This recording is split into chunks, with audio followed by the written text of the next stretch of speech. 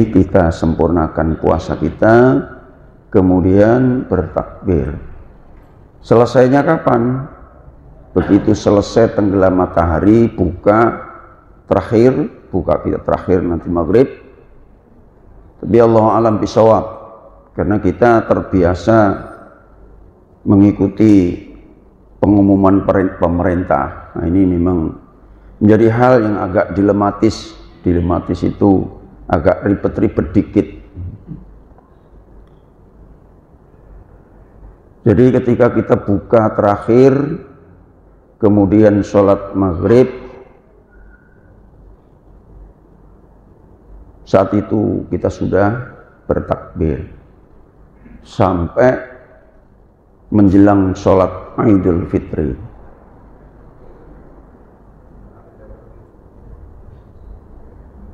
Itu ketentuan Allah. Kemudian bagi yang mungkin belum bayar zakat di masjid Baitul Mufaqqah karena kemarin sudah ditutup, silahkan boleh ke masjid yang lain, dan juga silahkan bagi yang mau diserahkan langsung kepada mustahik, fakir, miskin. Kriterianya fakir itu tidak punya pekerjaan sehingga tidak bisa mencukupi kebutuhan hidupnya. Miskin orang yang punya pekerjaan tapi penghasilannya juga tidak mencukupi kebutuhan keluarga. Tapi sekarang juga dilematis. Terima zakat fitrah untuk beli pulsa, ini susah juga. Jadi memang kayaknya orang kafir ini mencoba untuk menjebak orang-orang beriman agar keluar dari persoalan yang sesungguhnya.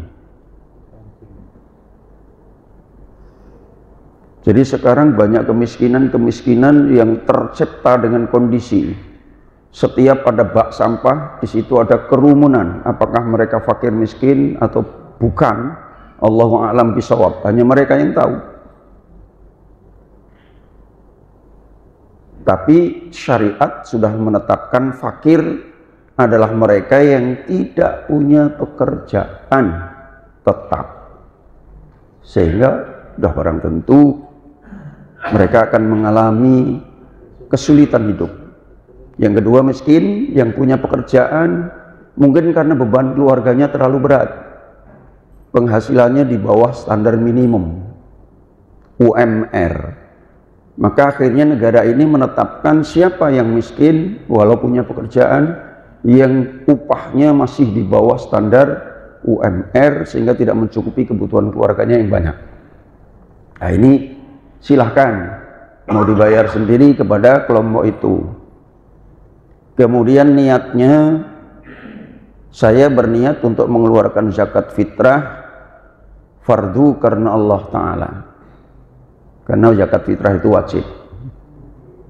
Nanya mudah disebut zakat fitrah untuk siapa? Ya untuk diri kita sebagai bapak, sebagai suami, untuk istri saya, untuk anak-anak saya. Kemudian yang menerima mendoakan agar supaya zakat yang diterimanya diberkahi oleh Allah Subhanahu wa taala, diterima dan dipahalai dengan pahala yang sempurna oleh Allah taala. Ini sesungguhnya kewajiban penerima zakat itu mendoakan atas zakat yang diterimanya, karena perintahnya wassallu alaihim, dan berdoalah untuk mereka wahai para mustahik, agar apa yang dikerjakan oleh para muzaki itu diberkahi Allah. Nah, menjadi dilema lagi, para mustahik ini tidak pacak berdoa. Walau dengan bahasa Indonesia nggak bisa berdoa, ini bahaya ini. Sudah hadir ya Habib Husin ya? Sebentar, ini pengumuman penting. Kemudian besok diatur softnya, ini teman-teman, dan tolong dibantu masyarakat. Jangan sampai nanti terjadi saf yang tidak sesuai dengan syariat. Kadang-kadang ibu-ibu itu nak di dalam juga. Nah, khawatirnya nanti di belakang ada saf laki-laki. Nah, bagaimana caranya ibu-ibu berbesar hati? Nah, diatur nanti Pak Jarod, Mas Agus. Ini kerja sore nanti, kerja asar kita. Diatur sedemikian rupa supaya tidak terjadi saf laki-laki berada di belakang. Ini tidak sah salat jamaah kita.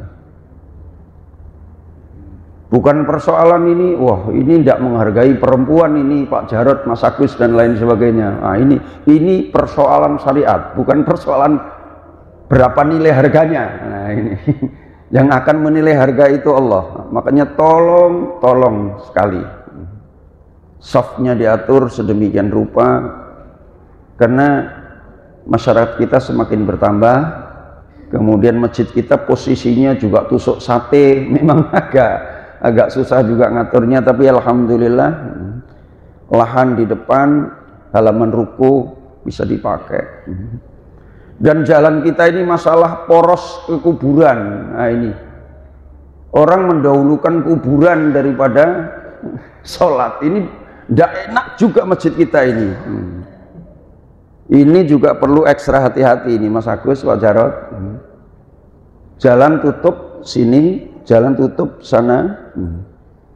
Biar orang mau ke kuburan lewat dalam sini, kemudian nanti muternya juga sana. Ini jalan ini mesti ditutup selama kita sedang melaksanakan sholat.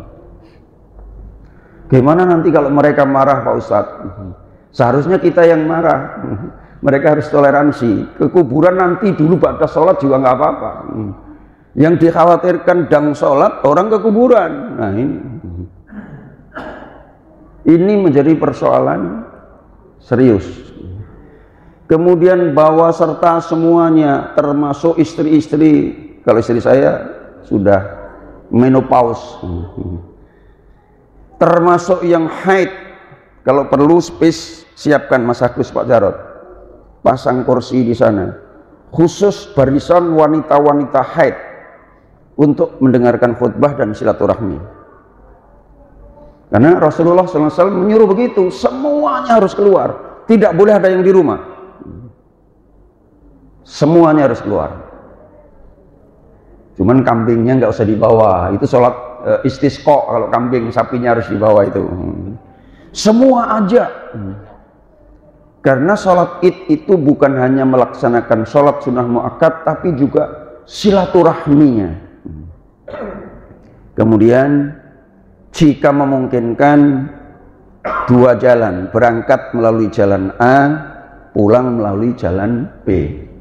Jika memungkinkan, jalan kami cuma sikok-sikoknya itu Pak Ustadz, masa nak lompat ke pucuk. Nah ini jika memungkinkan. Kalau saya kan bisa berangkat dari sini, balik muter sano. Nah, bisa dua jalan. Apa fungsinya? Silaturahmi.